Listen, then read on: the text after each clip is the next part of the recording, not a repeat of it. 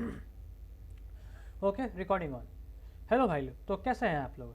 मैं हूं गौतम कुमार। आज हम लोग कुछ देखने वाले हैं। तो आज हम लोग जो भी देखेंगे गौती की क्लास में देखेंगे, गौतम कुमार के साथ देखेंगे। आइए चलिए देखते हैं, शुरू करते हैं। तो आज हम लोग देखने वाले हैं 9 फरवरी के इंपॉर्टेंट करंट अफेयर्स को, है ना।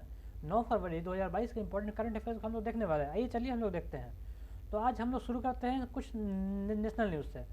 LIC, अभी LIC से खबर आ रही है, ठीक है। उस खबर को बाद में देखेंगे। तो सबसे पहले आप मुझे ये बताइए कि LIC की स्थापना कब हुई? LIC की स्थापना कब हुई? तो अभी जो LIC की स्थापना है 1956 में हुई। कब हुई? 1956 में हुई LIC की स्थापना। तो देखिए अब LIC से क्या खबर आ रहा है, अब ये देखते हैं। तो अभी ताज़ा जारी, अभी एक संस्थान है जिसका नाम है क्रिसिल। क्या नाम है? CRISIL, क्रिसिल। इसका काम है समय समय पर रिपोर्ट, जो भी वित्तीय संस्थान है इसका काम है जितना भी वित्तीय संस्थान है उसके ऊपर रिपोर्ट जारी करना। तो इसलिए इस बार इसने LIC के ऊपर किया है। तो देखिए अभी हाल ही में जारी क्रिसिल की रिपोर्ट के अनुसार LIC है जीवन प्रीमियम के मामले में दुनिया की तीसरी सबसे बड़ी कंपनी है। कौन है भाई? दुनिया की सबसे बड़ी कंपनी बन गई है, पूरे वर्ल्ड की सबसे बड़ी कंपनी है। तो और जान लेते हैं। LIC घरेलू बाजारों में 64% हिस्सेदारी के साथ ही इक्विटी पर सर्वाधिक 82% का रिटर्न देने वाली अपने क्षेत्र में दुनिया के सबसे अग्रणी कंपनी है भाई। बाप रे बाप, ये तो दुनिया की बहुत बड़ी कंपनी है। घरेलू मार्केट में इसका हिस्सेदारी 64.1% है। रिटर्न के मामले में 42% तक इसमें रिटर्न मिल जाता है, ठीक है ना। तो और देश में कुल एजेंट नेटवर्क का 55% है। साथ ही यह दूसरा सबसे बड़ा जीवन बीमा करता SBI लाइफ के मुकाबले 7.2 गुना अधिक बड़ा है। थोड़ा LIC के बारे में और जान लेते हैं। जैसे कि हमने बताया कि इसकी स्थापना 1956 ईस्वी में हुई थी, ठीक है। और देश का सबसे बड़ा निवेशक कंपनी है। यह पूरे तरीके से भारत सरकार के स्वामित्व में है। इसकी स्थापना 1956 में हुई थी। और इसका मुख्यालय कहाँ पे है? इसका मुख्यालय मुंबई में है। इसका मुख्यालय कहाँ पे? इसका मुख्यालय मुंबई में है। आगे बढ़ते हैं। अगला है इंडिया प्रेस फ्रीडम रिपोर्ट 2021। तो अभी एक रिपोर्ट आई है जिसके बारे में अभी चर्चा चल रही है हाल ही के दिनों में। ये क्या है तो इसके बारे में जान लेते हैं। तो अभी हाल ही में right and risk analysis group ने राइट एंड रिस्क अभी RRAG ने अभी right and risk analysis group के द्वारा इंडिया प्रेस फ्रीडम रिपोर्ट 2021 जारी किया गया है। इस रिपोर्ट के मुताबिक देश में 13 मीडिया हाउस और अखबारों को निशाना बनाया गया है। 108 पत्रकारों पर हमला किया गया है और 6 पत्रकार मारे गए हैं।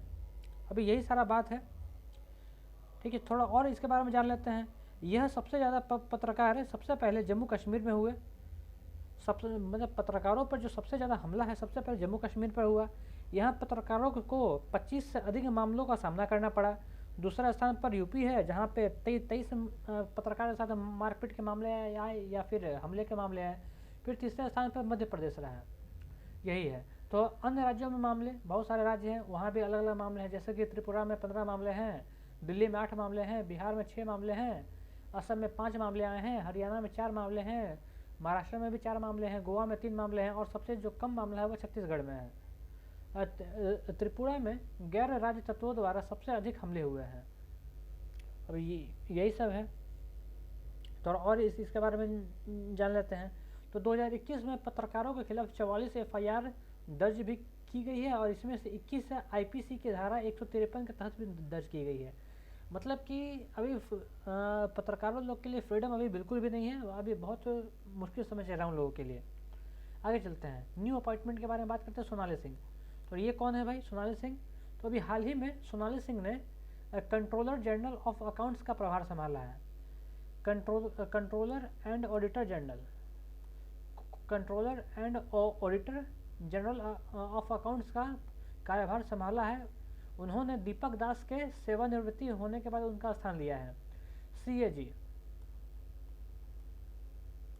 और CGA का पूरा नाम होता है कंट्रोलर जनरल ऑफ अकाउंट्स। ये भारत सरकार के लेखा मामलों, के प्रमुख सलाहकार के रूप में जाने जाते हैं। सिविल लेखा विभागीय सभी केंद्रीय मंत्रालयों के लेखा क्रम को संभालते हैं। इनके अंदर केवल रेलवे और रक्षा मंत्रालय नहीं आते, कैग के अंदर रेलवे और रक्षा मंत्रालय नहीं आता है। और बस यही है। और जो इसका बारे में और क्या है थोड़ा और जान लेते हैं हम लोग। तो कैग का नाम controller and auditor general of India होता है। हिंदी में भारत के नियंत्रण एवं महालेखा परीक्षक के नाम से भी जाना जाता है। इसका मुख्य काम सरकार को 3 स्तरीय संघीय, प्रांतीय और स्थानीय के खातों और उससे संबंधित गतिविधियों का लेखा जोखा ये करके दिखाता है। आगे बढ़ते हैं। मतलब ये अभी कैग की अध्यक्ष बन गई हैं। आगे बढ़ते हैं। लता मंगेशकर, इंपॉर्टेंट डेथ, ऐसा आप सबको पता होगा कि अभी 6 तारीख को अभी इनका डेथ हो गया है, लता मंगेशकर के जी का। अब इनके बारे में मैं आपको बताऊंगा नहीं। अगर मैं इनके बारे में आपको बताऊंगा तो शायद ये इनकी बेइज्जती होगी।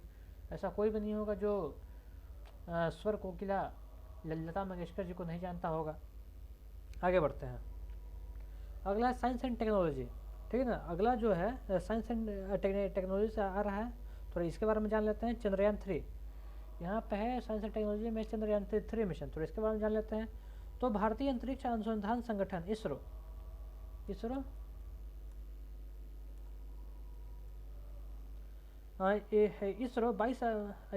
अगस्त 22 में चंद्रयान 3 मिशन लॉन्च करेगा।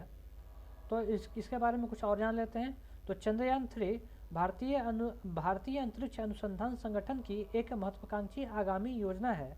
यह भारत के और भारतीय चंद्रयान अभियान का तीसरा मिशन है। चंद्रयान 3 चंद्रयान 2 का रिपीट मिशन होगा। चंद्रयान 2 को 2019 में, चंद्रयान जो 2 था ये 2019 में गया था, ठीक है। इसे चंद्रमा के दक्षिणी ध्रुव पर सॉफ्ट लैंडिंग करनी थी, हालांकि यह क्रैश हो गया।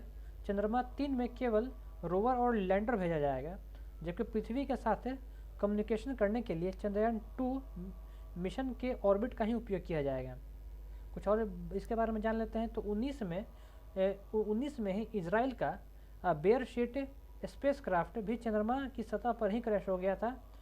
यदि भारत का चंद्रयान 3 सॉफ्ट लैंडिंग कर देता है तो यह ऐसा करने वाला दुनिया का चौथा देश और चंद्रमा के दक्षिणी ध्रुव के पास ऐसा करने वाला पहला देश बन जाएगा। आपको पिछले बार का कुछ पिक्चर याद होगा, जब उस वक्त जो इसरो के जो प्रमुख थे उनका नाम था के सिवन